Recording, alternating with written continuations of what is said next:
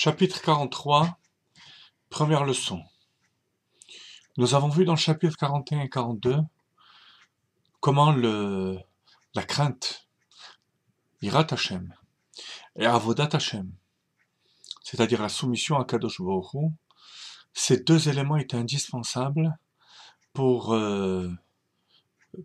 acquérir le minimum de faire ce qui fait un Eved Hashem, un serviteur d'Akadosh Baruch Hu.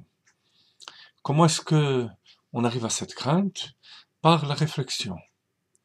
Par la réflexion de l'œil qui voit et de l'oreille qui entend. C'est ce qu'on appelle, le Rabbi Rachab appelle dans des contresim, yirat chet, la crainte de la faute. Il y a des niveaux inférieurs à cela au niveau de la crainte. Il y a yirat ha'onesh, il y a la peur de la punition.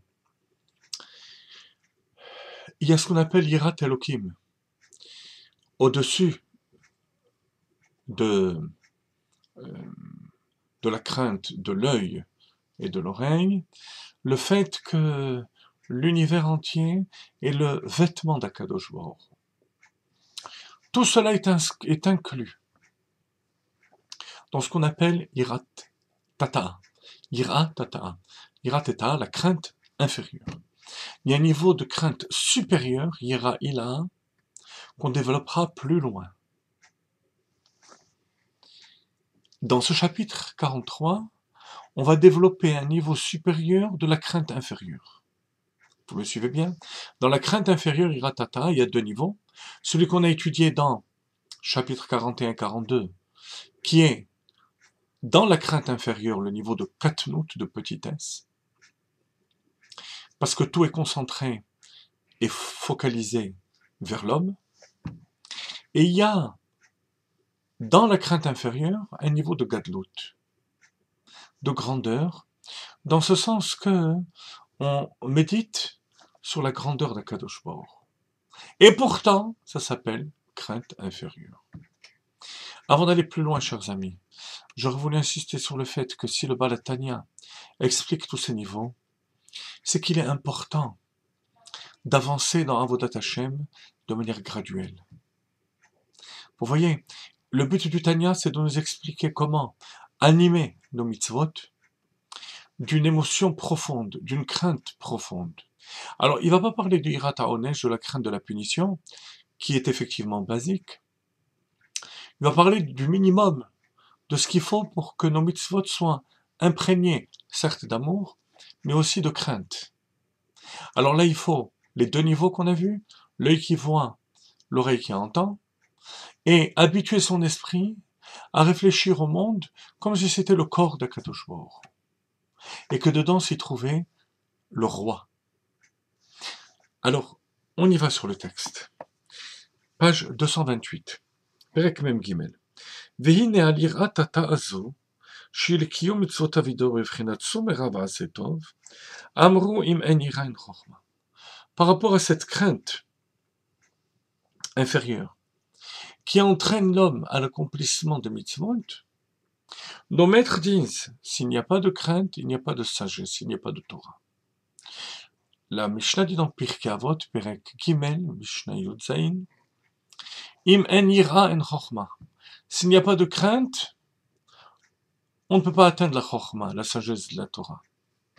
D'autre part, il est écrit, dans la même Mishnah, Im en chochma en yira. S'il n'y a pas de sagesse, on n'atteint pas la crainte. Alors par quoi commencer? Si on veut commencer par la crainte, on nous dit qu'il faut qu'il y ait la chochma au préalable. Si on veut commencer par la chochma, la Torah, on nous dit qu'il faut qu'il y ait la crainte au préalable. Par quoi commence-t-on? Réponse du Baal HaTanya, il y a deux niveaux de crainte. Yira tata, inférieur, et Yira ila, supérieur. La condition préalable pour accéder à la Torah, c'est la crainte inférieure, qu'on a développée dans les chapitres 41 et 42, au niveau de Katnout, petitesse, et dans le chapitre 43, au niveau de Gadlout.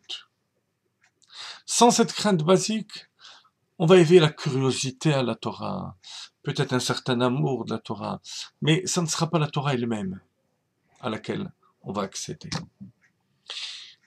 De même, pour accéder à la ira ilaha supérieure, l'être humain n'est pas capable de le faire seul. Il a besoin de la chokhmah de la Torah.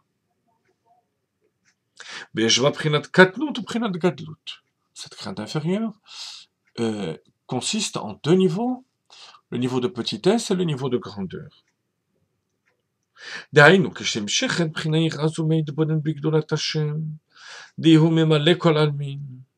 Lorsque la personne réfléchit à Dieu lui-même, à la grandeur de Dieu, comment il emplit le monde, comment de la terre au ciel, il y a 500 années de marche. Ben Rakia les Rakia, entre un ciel et l'autre, de nouveau 500 années, et ainsi de suite.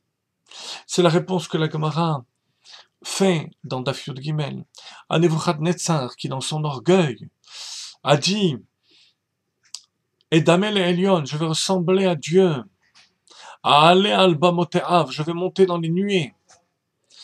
La Gemara répond, mais comment? L'univers entier, 500 ans. Toi, tu peux pas vivre plus que 70 ans. L'être humain, 70, 80. Ensuite, entre un ciel et l'autre, pour arriver au Kisei Kavod, Nebuchadnezzar, tu n'as même pas encore commencé à marcher. Et tu veux te mesurer à Kadosh Baruch Hu. Ben, cette réflexion, la Gemara veut nous dire qu'il faut l'avoir au niveau de chacun pour se rendre compte et éprouver une crainte de Dieu lui-même. Élargir notre horizon. Que la crainte ne soit pas dirigée seulement vers Tata, vers l'homme, et limitée par l'ego de l'homme, mais une crainte grande au niveau même de Hiratata.